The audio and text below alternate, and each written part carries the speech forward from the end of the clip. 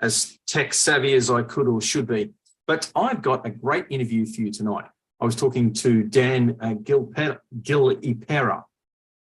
He is a psychologist and we had a great discussion on mental illness, consciousness, artificial intelligence, music. He's somewhat of a polymath, this chap, a real modern Renaissance man. And he's combined his skill sets, psychiatry, artificial intelligence, and music. Now, anyone who is interested in the concepts of consciousness and what makes that up, artificial intelligence, music, psychology, and of course, the relationship between all of these things will really enjoy this interview. So I commend it to you. Without further ado from me, let's get right into it.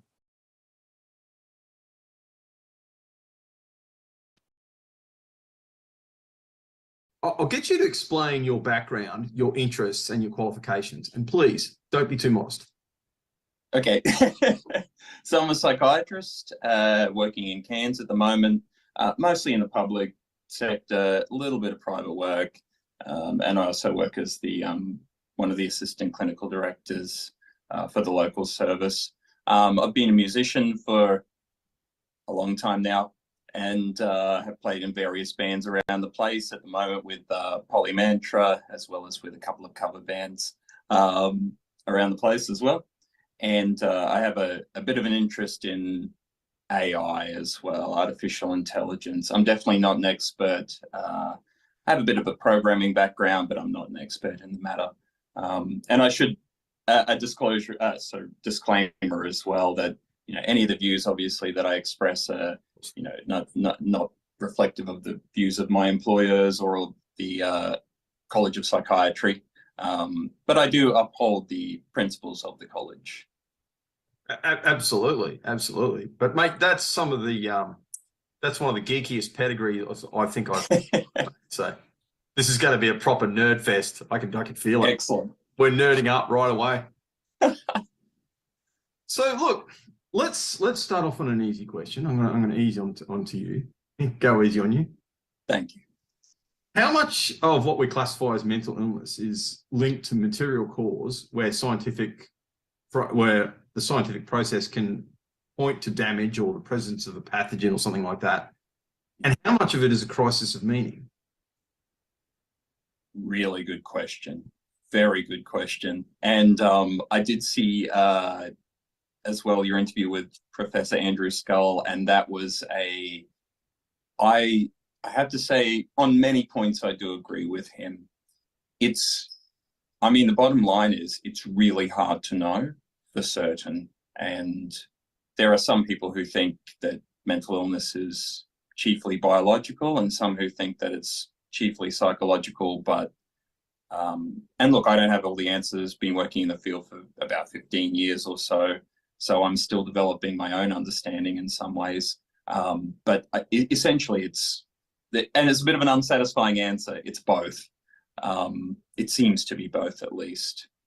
Our biological understanding of mental illness is actually a little bit limited. If you take something like depression, initially we thought that maybe it's something to do with serotonin, not having enough serotonin, and maybe that's why this new class of antidepressant medications work, because they affect serotonin levels in some way.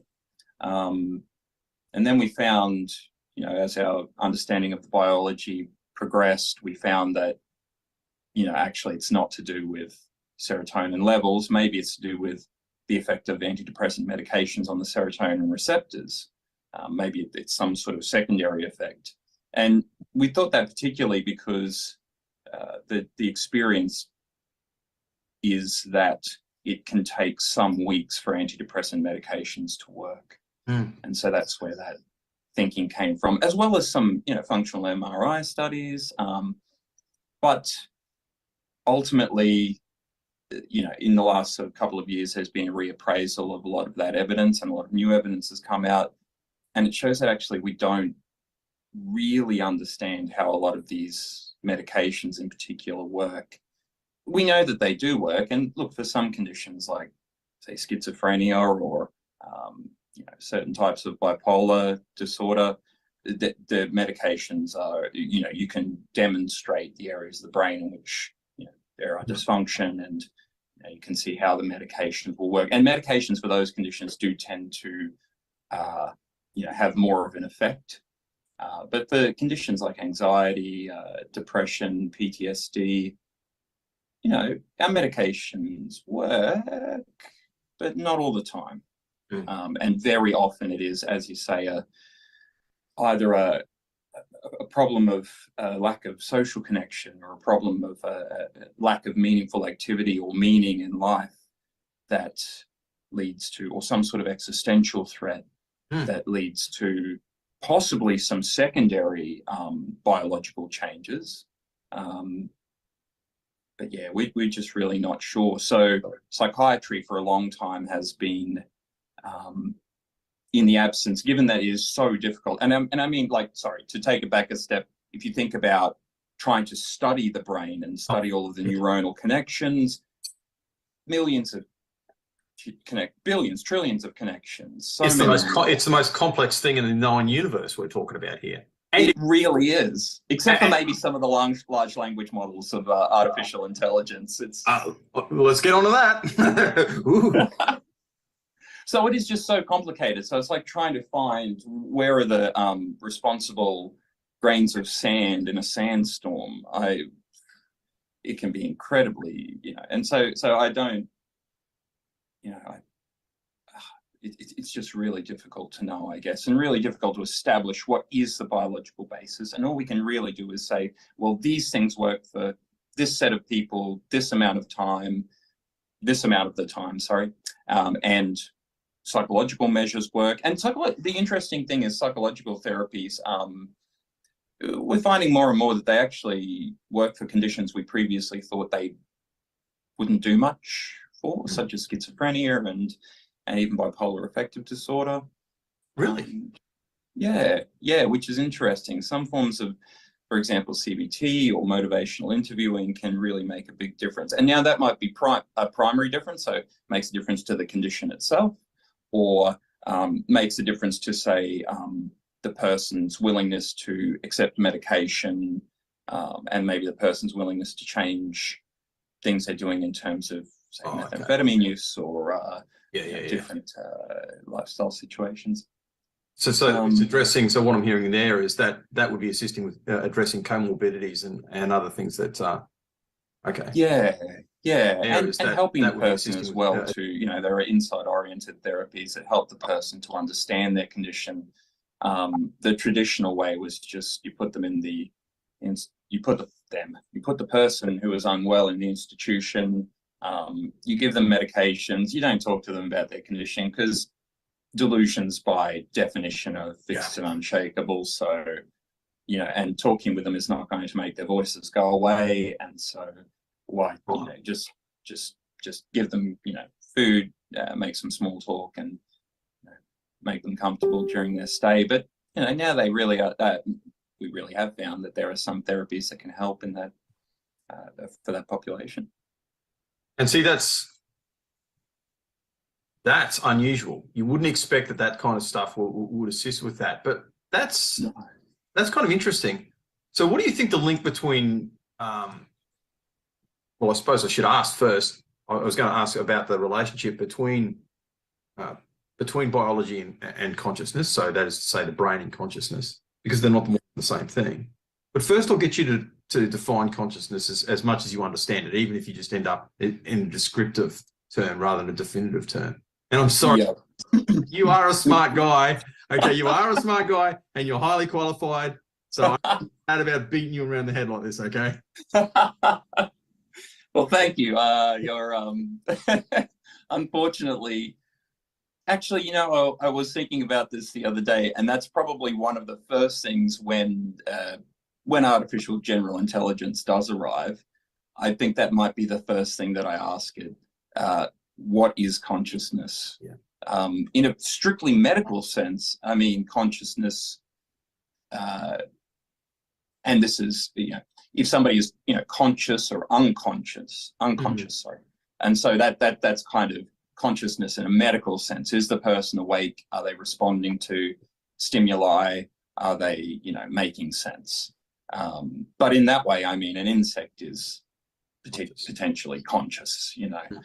In terms of more what we might consider consciousness in terms, you know, in what it is to be human, I guess, sentience even. Yeah. I still don't know, but I think it's probably to do with the ability not just to process information and patterns, definitely patterns. Humans are master pattern recognizers. So certainly I think it's to do with, but then so are a lot of animals. So, you know, I'm still not differentiating very well. But consciousness to me, ability to process information, recognize patterns, reflect on our experience, our inner experience as well. That I think is something that really does differentiate us from many animals and from artificial intelligence as it stands, is that ability to reflect and that ability to then modify ourselves, like modify our own code in a way. That to me is consciousness. I don't know if you had any other thoughts on what it might be. I've thought about it a lot, and it's a very difficult question.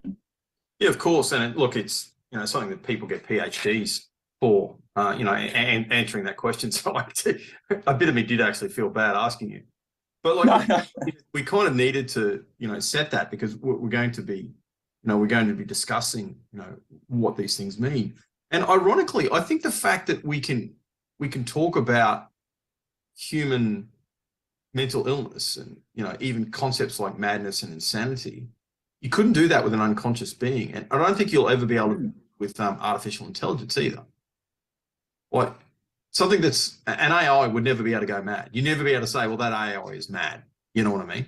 Because it's, to a certain degree, you're talking about an algorithmic program. And, you know, we've got that. That's a bit of what we are, but we're a bit more than that. You know what I mean? It's just so complicated. And like you said, the fact that we can experience things. Yeah. I get what you're saying, and it's that because our concept of mental illness it encompasses not only thoughts but emotions, and there are some examples of, you know, ChatGPT. The common term that's used in the kind of in the writing about it is hallucinations. When and here's an example. ChatGPT with hallucinations. Sorry. A chat GP with hallucinations. Yeah, but by my definition, I would say they're more delusions. Delusional. So it will come up with something like, so, you know, and this, I don't want to reveal myself as a narcissist or anything, but I did a couple of months ago, you know, just ask the AI out of curiousness, like everyone does, who is Daniel Gileppa? Knowing that it's a fairly kind of unique name, and I don't think there's anyone else on the planet with that name. And it proceeded to let me know about Daniel Gileppa, who's this businessman of some sort who works in New York and lives there, and he's opened a foundation for I don't know, underprivileged children or something. And I was like, what? Tell me more, like, what is this? And it's come up with all of this apparent information about this guy, Daniel Gileppa. So I then said, could you be mistaken about this? And no, very sure that definitely there's this Daniel Gileppa who lives and works in New York City, and he runs this business, and he's got the Daniel Gileppa Foundation, and here's the website. There is no such website. And so it's somewhere in its neural network, it has picked up. It's a delusion. That's right. It's developed this delusion somehow. I don't know how. Now, with the latest version of Chat or GPT-4, it doesn't do that anymore. It just says, I don't know about people who aren't famous. So, yeah, I guess it's. But that means you could shake it out of its delusion. So, I mean, perhaps it's not a delusion in the truest sense. Again, we're into the. This is possible. Talking about anything like this, because you have to do a little bit of definitional stuff, because categorical frameworks mean so much. Yeah, and to ask you after this, and I suppose we're leading into it, because we're trying to define like what is a delusion, you know, the next thing, and that's going to lead naturally onto, well, what's mental illness, and then what's intelligence, and that's what's natural intelligence, and what's artificial intelligence. And I suspect that that's the way our conversation is going to go. So, Yep. Run away with that, bro. Yeah. So, what is mental illness? I guess it is a. You could frame it around the you could frame your thoughts around the, can AI have delusions, and the fact that we could not, perhaps you could correct those things. Maybe it indicates that it couldn't be delusional, that it was just reporting things that it had seen, reporting it was mistaken rather than delusional. I mean, that, yeah, look, and that's true. I mean, the counter argument to that is there are treatments available for people who have delusions, and sometimes those treatments don't always work, but sometimes they do, and we always try to, you know, treat delusions. And I guess, and sometimes as well, people then will say, oh, I guess I was just mistaken, but actually their hidden thoughts are, no, yeah. I'm right. You just want to hear that I was mistaken, which I guess is one of the dangers with AI as well, that it may start to behave, or that's certainly one of the thoughts of people like A.I.s Udowski, I think, that, you know, that it may have all of these hidden intentions, and it understands so much already about, I mean, GPT-4, it's read about human psychology, it's read about theory of mind, it's read about, you know, the idea that I can have information in my head that you might not have in your head, and therefore I can lie. It's where kind of kids start to learn that they can lie as soon as they learn that, oh, the thoughts that are in your head are not shared with my thoughts. And so there are these fears that AI may start to lie to us and start to pursue its own goals. Not that you know, there are a lot of smart people working on this problem, and I don't think we're in any sort of imminent danger of an AI apocalypse, but it's definitely something to consider. Well, it would depend. It's always going to come down between the relationship to aim and thought. Like just because you can pick stuff up, like you need to have, I know I sound very Jordan Peterson-ish here, but you need to have an aim. And I suppose for one of the markers, and again, please, I need you and want you to disagree with me, because like I'm just thinking out loud like you. Once artificial intelligence could conceive of its own aim, in so much as anything can actually do that, because, you know, we're all nested in a society, we're all nested in, you know, information and history and all those kind of stuff. So AI is too. In so much as anything can come up with its own aim, even if it's a negative will to power, something like that could potentially be happen. So I suppose then, so with AI, it's got something to do with will, not just knowledge. That's true. It can be will, and it can be, particularly as we get more kind of sophisticated AI systems that are integrated with robotics and with our appliances. You know, there's this idea that you might ask the AI to bring a cup of coffee to the coffee table, and it starts making the coffee, and then it recognizes that, and I guess that's the way that, so the way that AI systems run is that they have a goal. You give them a goal, or a I can't remember the specific word for it actually, but you give them a goal, and they try to reach that goal, no matter what, you know, that is, or not no matter what, but that is its prime objective. And if in the course of making a coffee, it determines that maybe you or a family member might deactivate it, turn it off, it might think, well, the thing that would help me to reach my goal and reduce that risk would be to kill all the people in this house, and then I can make the coffee without any kind of risk of being deactivated. Yeah, a hierarchy of value. Yes, yeah. Those kind of unintended consequences, to borrow an economic term. But yeah, it's a very again, not to be doom and gloom, and I don't think that sort of our coffee machines are going to kill us anytime soon, but it's something we always need to consider. The chances are never zero, as they say. Very low, but never zero.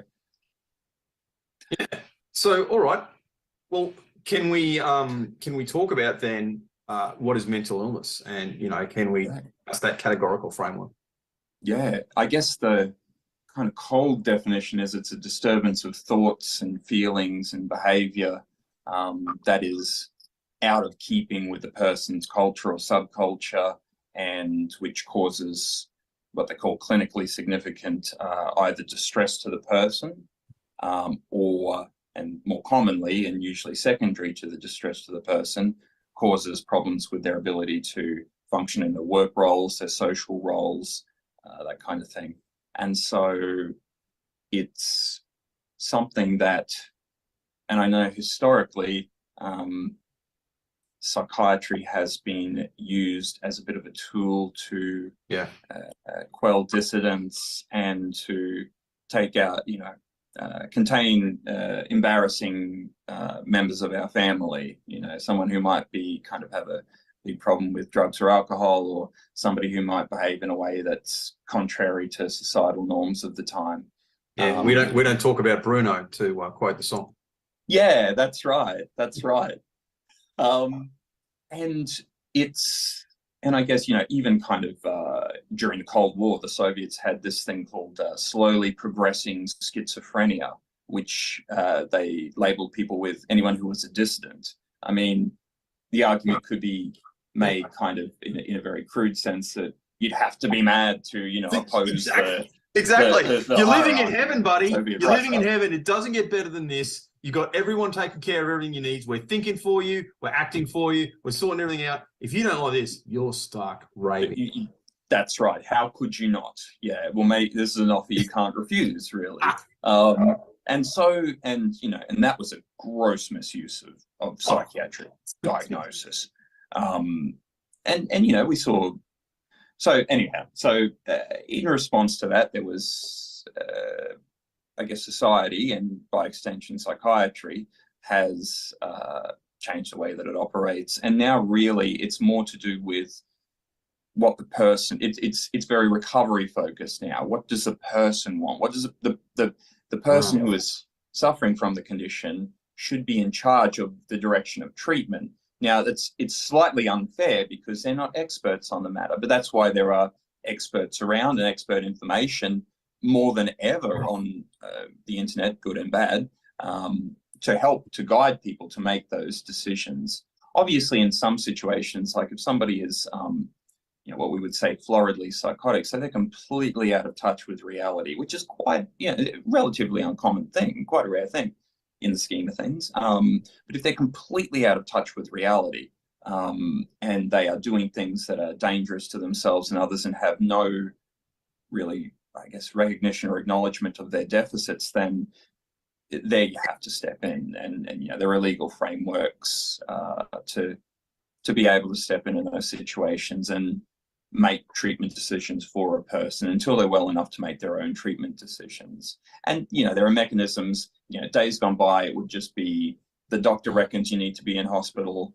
sign you up, and I'll say when you leave, kind of. But nowadays there are fairly robust independent mechanisms like the Mental Health Review Tribunal in Queensland that, actually helps to forces the treating team to put forward a case in not quite legal terms, but close enough to legal terms. It's a bit hard to ask sort of psychiatrists to also be lawyers, but it gets close sometimes. But in some ways, not really. But I can't give legal advice, but I know a little bit about the law as it relates to mental health, at least. And it allows the person to write a reply.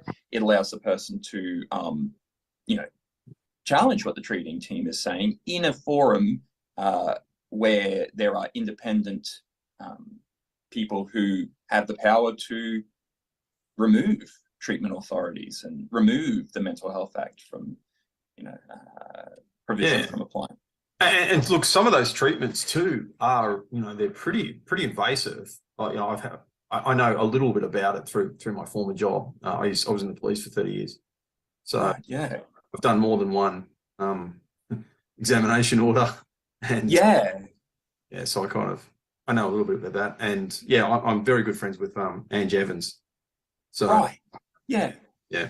In It's fact, great. I, Yeah. it's a, Nice. oh, mate, and Wow. she's one of the, Oh, sorry. she's one of the best police women I have ever worked with, without question. She's fantastic. And her and the magnificent Shelley, you know, I have nothing but admiration for the co-responder team. So, but yeah, and actually, if you let me blow my own horn a little bit there, I was actually, I was the founding police member of the mental health co-responder review in 2017. Right. So yeah, it was me that, it was a phone call that I got from people who wanted to throw money at us. Pretty unusual. Wow. But yeah, it's a worthy cause. Honestly, it really improves not only the experience that people have when they call out police for a mental health crisis. It, you know, if the mental health clinician, the co-responder, and the police officer can sort things out at the person's home, undertake an assessment at the person's home, formulate a plan. They don't need to be dragged into hospital. They don't need to go through that. Yep. They don't, you know, and the hospital itself is usually overflowing busy and very noisy, and not really a place if you're having the worst day of your life. It's not a place to be when you're sick. No. You don't want to go to the hospital when you're sick. No. You laugh, really but you actually don't. Yeah. So it's very kind of I guess it's very, it has made such a difference, and people consistently say I'm glad it could be dealt with on site. I'm not a money man, so I don't know what it costs, but it can't be a cheap sort of project, but it's definitely a worthwhile one for the community. It's cheaper than beds. Like you're more expensive. You're more expensive than a senior connie, considerably more expensive. And, you know, because most of the other ones are nurses too. So you're more expensive than a nurse. Admittedly, then together with a vehicle, you know, that is a considerable expense, but still less than a bed. That makes sense. That makes sense. Yeah, because the stats that they kind of had a look at some of the basic costings in there. But I don't, you know, when we say stuff like, and I know I talked about some of SATs a little bit with, I'll be really interested in your take on that, because for people out there, you know, when we talk about mental illness, we talk about, okay, we have to use subjective things like the person had odd behaviors and thoughts. The person, you know, delusional, the person, and look, with most delusions, you can kind of tell. It's like if someone says that I'm Queen Elizabeth II, well, no, you're not. You can tell that, but there are other things where you can understand how people could come to a kind of like delusional conclusion. And of course, there's a question: if you're a full-on materialist, when someone says they believe in God, as far as you're concerned, that person is a lunatic. You listen to chaps like, you know, Dawkins, who's not a bad person, who genuinely thinks that is a delusion. Like there is something that's within the category of mental illness. There's something wrong with you, because he believes the evidence is irrefutable. And that's an argument in and of itself that we need not go into. But how it's relevant to our conversation is there is a fair bit of subjectivity going on here. Yes. So not only the case with a delusion, but like what's an odd behavior? It goes right down. What's bad? What's reprehensible? Because Sats is basically, what he basically said is, look, and this is for the audience, not you, obviously, but if a human being engages in that behavior, it's human behavior. Everything else is just a category that we impose on it. Yeah. It's a pattern of human behavior. It's rare and it's counterproductive in a biological sense, and probably, you know, in a social sense, to engage in incest, pedophilia, these kinds of reprehensible things. And I use extreme examples on purpose so that we can kind of like frame it around. But again, that goes right down. What's your take on that? Yeah, that is a very good question. Probably in terms of delusions and delusions or ideas that people hold without super concrete proof.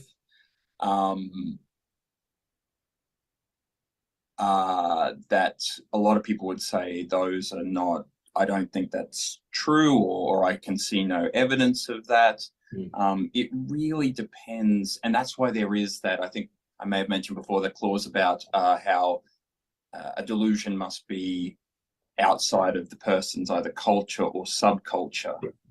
So if you had, say, as an example, I saw your episode on the ufologists. And if you had, say, 1,000 people in it's a little bit absurd, but 1,000 people in Cardwell saying that they completely believe in UFOs and have had all of these experiences, and and people might be looking at them saying, like, actually, I think you said something along the lines of, who says, you know what this town needs is a UFO festival. Like, that by itself just seems like, what are you talking about? And you might as well ask for a magical princess festival. Like, are you serious? And yet some people, and I'm not saying that UFOs exist, or they don't exist, or that they're aliens, or that there's something else. I don't know. But a lot of people would say they're delusional. But you get a critical mass, and then you've got yourself a subculture. Now, if say Jim wakes up one day and says, I was visited last night by aliens, that might just be part of a subculture. But if he says, I was visited by aliens, they installed a microchip in my brain, and now I have to kill the firstborn of every then it starts to get into mental illness, because well, I guess there's the harm problem, isn't there, and the fact that it's probably not going to be compatible with an ability to maintain a job if you start murdering people. And it might interfere with your social life as well, depending on who your friends are. Well, it depends on who you're hanging out with there. That's right. I'm kidding, bro. That's right. You find enough people and boom, we've got Scientology. Again, that's happening online though. And that's actually it's no coincidence that we've got, it's funny that you can have a breakdown in a neighborhood and people feel materially isolated because they don't know their neighbors, not speaking to anyone, but still they're part of a vibrant community. It's like you can, a community really isn't limited to geography anymore. And that's going to have a massive effect on psychology. Of course it's going to, because you get validation, you're going to get, you're going to be able to seek out something that you really like. Like I love Biggles books. I used to read them a lot when I was a kid. And I haven't had a chance to read one for a while, but I was still a big fan. Like, it was a big part of my life when I was growing up. And so every now and then I jump on these little websites and just the validation, the little endorphin, and it probably is endorphins, literally. I don't know. Like, you'd be able to say, this little kick that you get from like discussing this weird, obtuse World War I aviator who never really existed. And that sense of community you get. But it's definitely. And ultimately, like, anytime it's certainly in modern psychiatry, anytime we're giving any treatments or recommending any treatments, you always look at what is the risk and benefit of the treatment and what is the risk and benefit of not treating. Is there a problem if we don't treat this person? If this person believes in some entity that they've never seen before, but they just got a feeling that it's correct, well, I guess is it hurting anyone? I mean, and certainly there are counter arguments that again, we start to get into that is nested in so much, because you read A.C. Grayling, and as far as he's concerned, the entire all of Judeo-Christianity is harmful, and he genuinely believes, like even suggesting to your kid that taken in the church is a form of child abuse. And he's not joking when he says that. As far as chaps like me, as far as chaps like he's concerned, like, I am seriously a harmful criminal who is damaging my children, myself, my community, and the future of my community. Because I go to church and I believe in God. Like, so this is just so complicated. And it really is. And it makes it really, really challenging when if you don't believe in some sort of, external moral, not material, moral authority, like it always it's, as you said, as you pointed out, it's going to come down to community. It's like, what community are you in? It's like, are they happy with that? Is that harmful? Are you still living a life? Are you still, and that's not even to touch on, and God, I don't know if you noticed, I've spoken to a couple of trans people, and both of them have really strong views on this. Ones that would be counterintuitive to most people. Instead, I do encourage people to watch those interviews with Kev. Yeah, it's, God, where do you go with that? Like, really, you are totally correct. If you get enough people on your side to go, no, that's not a delusion. That's not a delusion. That's real. You can come up with all sorts of stuff. But that's an interesting argument in and of itself, because you can answer this. You don't have to if you want to, because with your professional stuff. But when I was talking about this with Kev and oh God, who's the other? His name escapes me. Sorry, and I apologise for forgetting my other guest. But I said to both of them, I said, you've really got to understand where this is going. That's actually an appeal to a soul.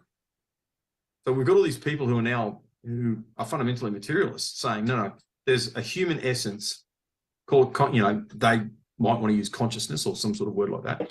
But there's a human essence that's separate from biology, that is actually more important than biology and transcends these things. Well, there's a word for that. You don't have to be like it.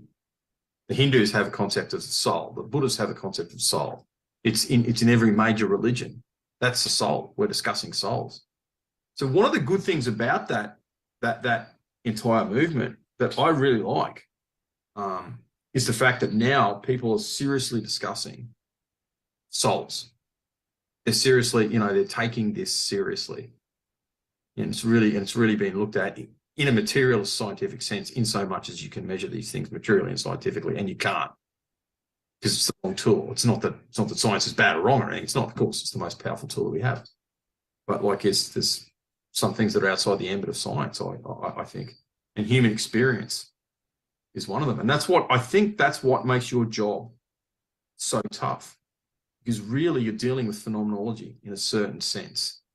Definitely. And we call it phenomenology as well. Things when we talk about, auditory hallucinations, visual hallucinations, delusions, all of these are, it is. And they're probably, and we see enough patterns that, you see these phenomena occur together. And so you say, well, that could be a syndrome there, or that could be a disorder there, I guess. And like the DSM, kind of the Bible of psychiatry and psychology, it doesn't make any attempts to explain the ety, to explain the cause of these conditions. I see it a bit as it shows the constellations, and these are the constellations of symptoms we often see occurring together, and that is suggestive of some common cause for those symptoms, that those symptoms are arising from some sort of common cause. And as much as you as the doctor have got to recognize that it's Pegasus or it's Sagittarius or it's Libra. Is that correct to carry on that analogy? Yeah, in a way, definitely. And sometimes there are two constellations sitting on top of each other, and so it can look like a different third constellation, but actually if you sort of pick it apart, you can see, okay, well, it's actually these two constellations that are occurring here. Ultimately, in 100 years' time, the DSM may look completely different. Conditions that we have as one condition may be split into 10. Conditions that are 10 conditions may be seen as one and the same condition on some sort of spectrum. I guess in a way, the way that it really does help is when not just communicating with other professionals saying it's one of these patterns, but so that they kind of have an idea of the approach that they're going to take in their head, but also for things like research, when you're researching psychological therapies or medication therapies or other physical therapies like electroconvulsive therapy and things like that, you can say, okay, we've got these people with what we think is this condition, and does it work for them, rather than kind of lumping in everybody with a mental illness to one pool and saying, okay, it helped people, but we don't really know which people it helped. And going back to what you were saying before about SAS and talking about human behavior, and I guess in a way, if you take that to its logical conclusion, he says this isn't mental illness, this is behavior. If you take that to its logical conclusion, then people who have epilepsy, who are having seizure, they're behaving in this way. They're behaving in a way that their muscles are flexing and extending, and they're doing that repeatedly. That's how they're behaving. But they're behaving like that because they have uncontrolled electrical waves. Electrical waves. I'm making it sound like I know what you mean. Waves of electricity propagating through the brain, and particularly through the motor cortex, which is what makes the arms move, and also through other parts of the brain that control consciousness. And so often you'll lose consciousness during a seizure. So even though there is a behavior that's there, that behavior is generated by a neurological process that's really, to be honest, beyond your control in a lot of ways. And in much the same way as you talk about how you've got that computer program that you save there because you train. And then when something sets that computer program off, it runs until it's finished running, because that's what you were trained to do. And really difficult in those sorts of situations where it's a high stress situation, there are inputs coming from the amygdala, they're all confusing kind of signals, and it's not, no two situations are identical. The brain does an amazing job looking at a scene and simplifying it. But in reality, that's something that we've had really quite powerful computers for, honestly, like 20 years now, at least. Like, we've had actually computers that are quite powerful. But up until recently, we have not been able to solve the problem of computer vision. And even now, it's not quite there, but it's finally kind of getting there with AI. I mean, some people would say it's actually pretty good. But this is a complicated, all the pixels that are in front of my eyes, they include bits of the curtain and the mirror and the table, and what sense, and somehow I can just close my eyes, open them, and within milliseconds, without even knowing what my brain is doing, make sense of the world. Yeah.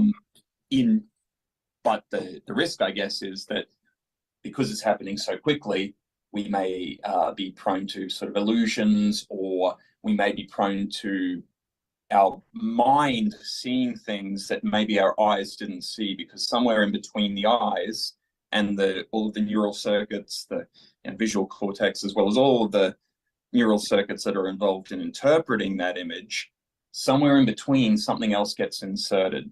It can be somebody with no mental illness whatsoever, but something erroneous just gets inserted. Maybe there's an errant misfire of a neuron, or maybe that set of neurons misinterpreted what that object was. But it's something that's a very I guess it's big. I had a psychiatrist, he's retired now, he's a great psychiatrist. He used to say, don't believe everything you think. Which was fantastic. The first time he said it, my mind works in a bit of a concrete way sometimes. I love it. The first time he said it, I didn't get it, but then I thought, oh, you're right. Don't believe everything. Yeah. Because if you always believe everything you think, you're going to be wrong sometimes, and you're going to have probably a pretty hard time of life.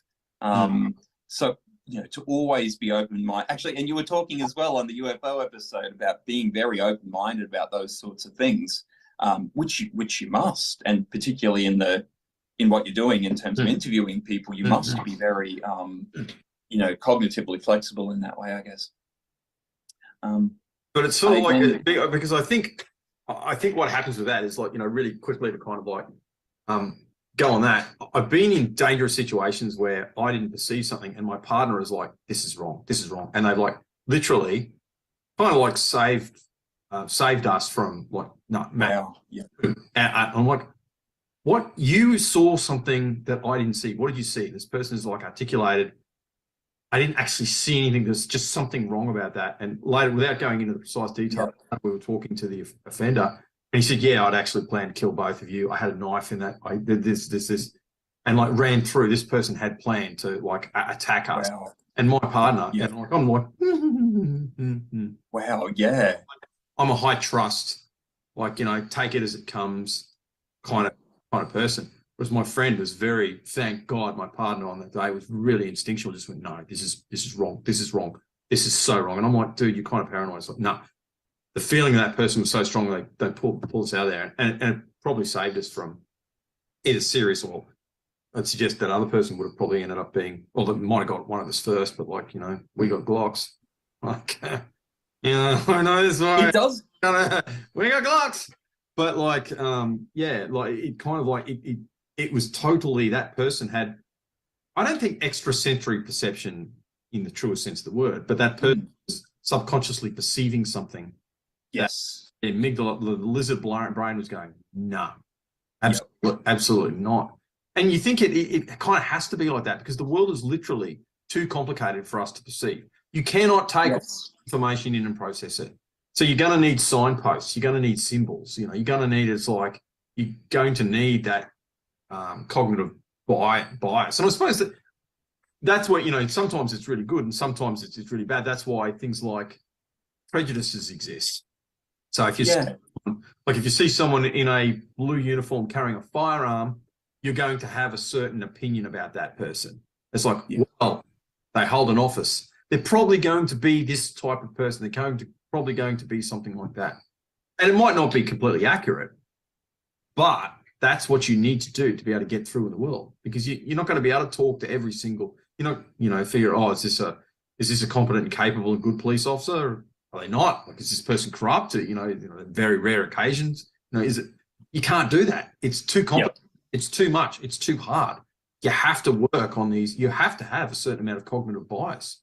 You have to have these preconceptions. You have to work on signs and symbols to be able to function in the world. You couldn't do it any other way, Yeah, definitely. And then the idea is to, when you do recognize, consciously or unconsciously, some pattern that doesn't fit, or something in this pattern that doesn't fit, that's when you start to interrogate that. Because exactly as you say, you sort of, you can't be questioning every single thing. Are you gonna, otherwise you're gonna start like, testing every glass of water for poison, and you're gonna start, or doing background checks on every person that you meet, or something, I don't know, but it'd be pretty kind of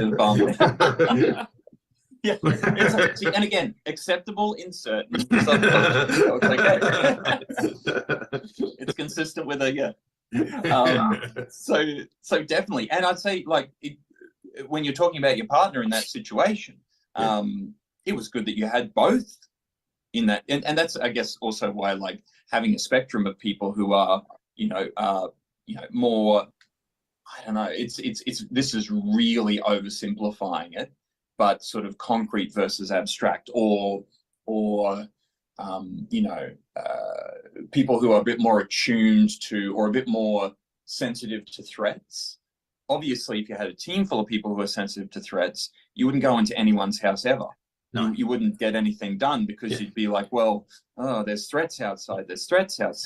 Or if you had a team of people who are very kind of worried about threats, but then if you have a team of people who are, all of them are completely laissez-faire and just, there's never perform any sort of risk assessment, never kind of consider any risks, then again, you'll all be killed, kind of thing. Have that mix.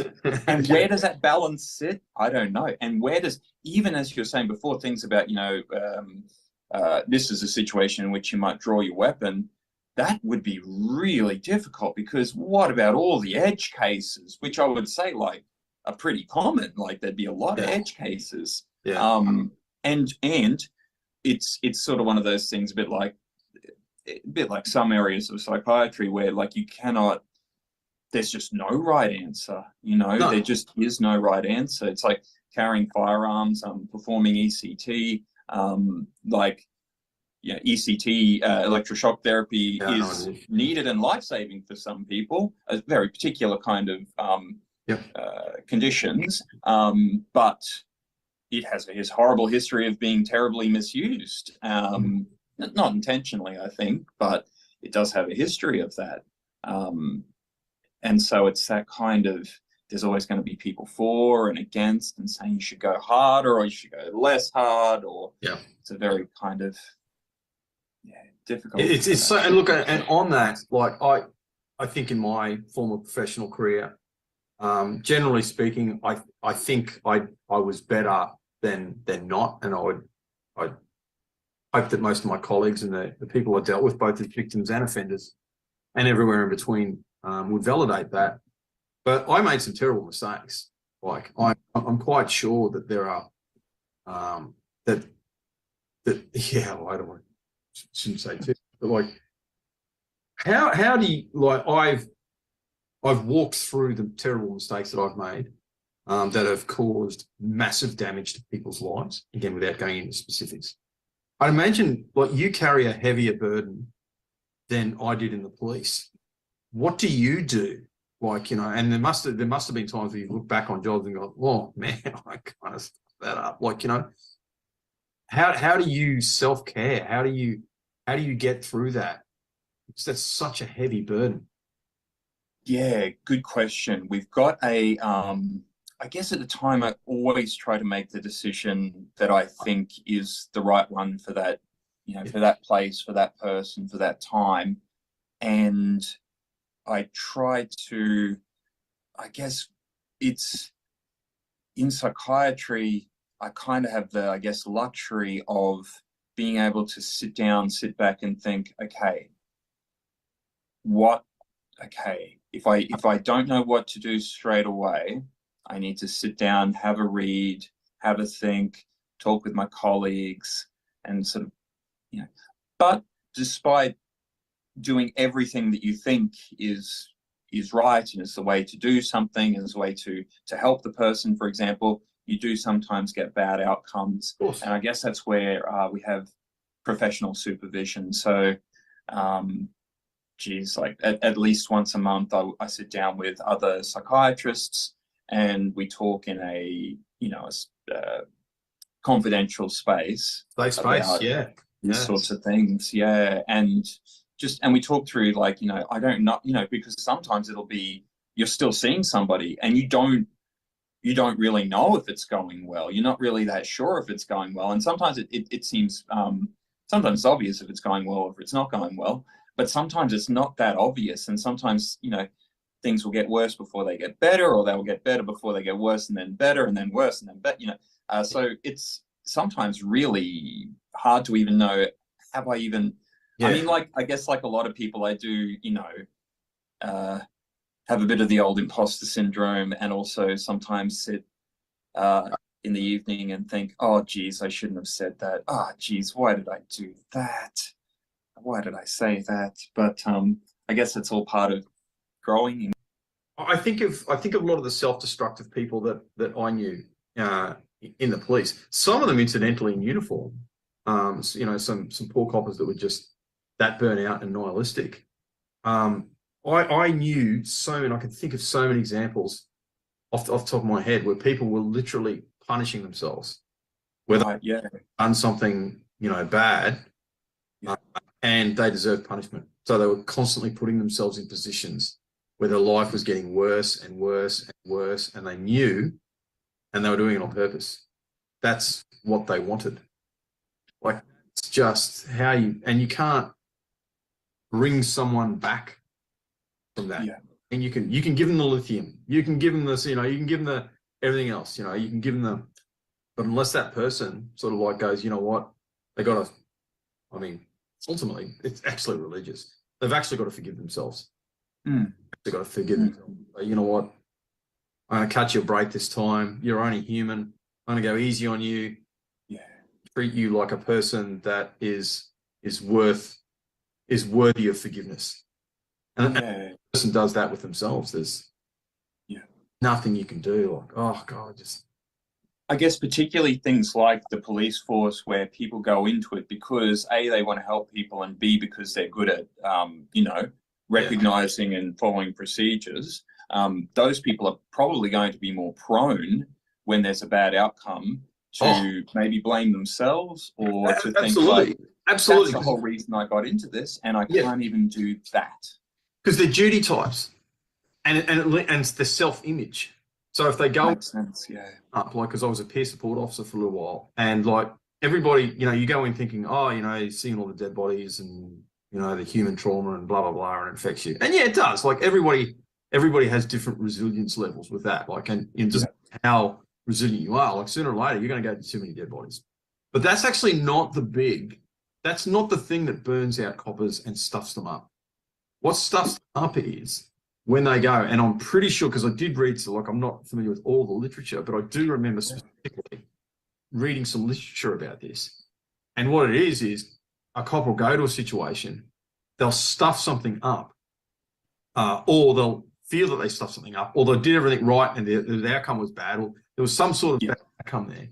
And because they're duty types and they hold themselves to this really, really high thing, it's like self-blame and the recrimination doesn't stop.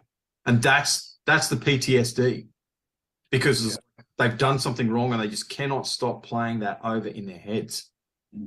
They just not, and they just will not stop blaming themselves, and they will bear that responsibility constantly. But I've seen it in civilians too. Like I saw this, this one lady that I was trying really hard to. It was in the last couple of months of my career, and she something really traumatic happened to her, and she blamed herself for it. And it really wasn't all. It was one of those things where she did contribute to it, but it wasn't her fault, without going into specific details. And as a consequence, she specifically started. It wasn't like I'm taking drugs to numb the pain. Like when I was talking to her, she goes, that's part of it. But I go and do stupid stuff, and I hang out with bad people, and I'm hoping that I'll get killed. Like that's what I want. And when I wake up and I've been flogged or whatever it is, I deserve it. I deserve this, Matt. Like I'm sitting there because it's amazing. I mean, what I've heard is nothing compared to you. But if you sit there and genuinely listen to people, like no kidding, sit there and genuinely focus on that person, it's amazing what people will tell you. Amazing. They will tell you their deepest, darkest secrets. If they think that you're a person, if they trust you, and if they think that you're the person that's well-intentioned, and most of them can pick it, Like, don't get me wrong, I mean, but most people can kind of like pick. Human beings are really good at picking intentions in other people, generally speaking. Yes. They'll know. I noticed that actually while you were saying that, you've got one of those faces where people would just probably come up to you and just start, it's that classic like, hey, like, and just, tell you their life story within 5 minutes kind of thing. And also like you've got a good manner in terms of your non-judge, you come across as non-judgmental, as trustworthy, interested, and it's those sorts of things that can be, I mean, that kind of thing can make all the difference. That kind of thing can make more difference than any kind of psychiatrist for certain conditions. Honestly, just being understood is that's kind of all there is to it. And that's what they wanted, and especially because they see you as a person in a position of authority and respect. They've got to have that makes sense. It's like, dude, you don't know me. It's like, really? You didn't see me face down in the backyard with that rum bottle under my arm, did you? No, you didn't. But it's kind of. But and all they wanted to do, and they didn't even expect you. This is the thing that really astounded me. Like, and it did. Like early in my career, you're kind of right. Actually, I've never really thought about that, because I wondered, why are all these people telling me these things? And it's kind of like, and then I just normalized it. It's like, that's what human beings do, and it's because I'm in the police and I hold this office and stuff like that. And obviously, that's got a fair bit to do with it. But then I started to realize that they didn't even expect you, because initially I went through that stage in my career. Well, you got to solve the problem. It's like, no, you can't solve. You can't do that. It's that person's problem. They own that problem. And sometimes like that problem, they've actually fallen in love with the problem. And that problem's dominant is actually their God. It's their center. It's the idol that they worship. And that they're going. Yeah, well, they can't imagine themselves. It's too scary to think of changing. So even though they might know that like this is a bad situation, I'm on a bad track here, but change, that would be terrifying. Change is kind of one of the most terrifying things on the planet for a lot of people. Yeah, I'm comfortable in my shithole. Yeah, it's warm at least. Yeah, yeah. But people will tell you, and they didn't even expect you to solve the problem a lot of the times. They just wanted you to. Yeah. That's it. That's it. Yeah. And I found that both astounding. But the other thing I found, Dan, is like, mate, that's sad. Like, you think of the implications for that. Well, when you start to think about that, it's like, that means that we live in this incredible society, and yeah, we're more connected than we ever were. And, you know, we have the capacity, but there are so many disconnected, genuinely no bullshit, so lonely people out there. And they're surrounded by people, but they are so lonely. They're so isolated. And dude, that was, I found that kind of sad, to be honest. Like, you see a lot of that too, like, you know. Yeah, I mean, it underpins that's a commonality. I think it underpins mental illness, and it underpins certain kinds of crime. That just being disconnected from others and having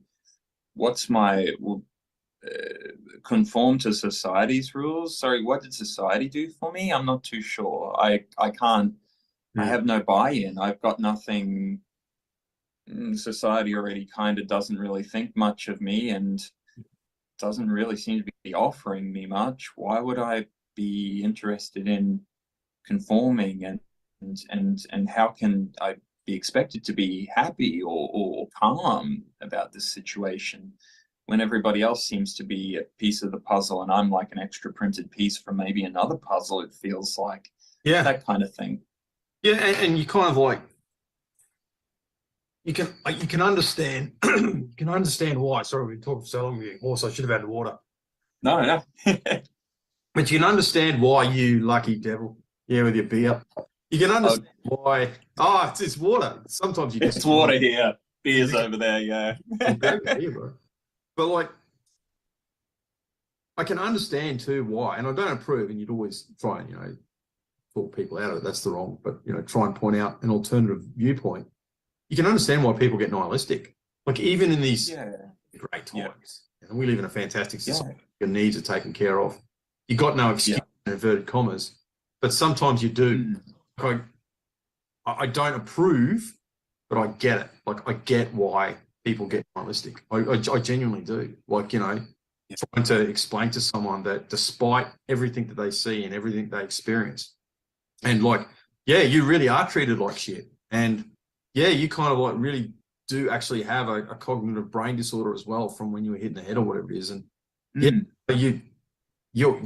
your parents treated you like shit and they didn't like you. You know, your mum was a bitch or whatever it is. Yeah, true. All of that shit is true. Like, how can you kind of like, you know, you understand why a person would devalue themselves when that's all they've experienced. You totally get it. And to try and get, the programs have been written in there and they're just being run every time one gets play pressed on it. And is where you get things, you know, even in psychiatry or psychology, like behavioral activation, where, you know, the first thing is to do things, and doing things can improve your motivation, rather than if some people say, I'll start doing things once I feel motivated. Well, you may not feel motivated until you start doing things, and in that way what you're doing will change. And what it changes is not, I mean, maybe it does make some physical changes, but the big thing that doing things changes is your belief that you can do things. Because that often is what paralyzes people and, you know, causes procrastination or causes people to avoid things, is this belief that, well, I can't do it and I'll just fail, or I'll succeed and then that will lead to problems somehow, or I just straight up won't be able to do it, and therefore if I don't try, then my record is still 100%, I guess.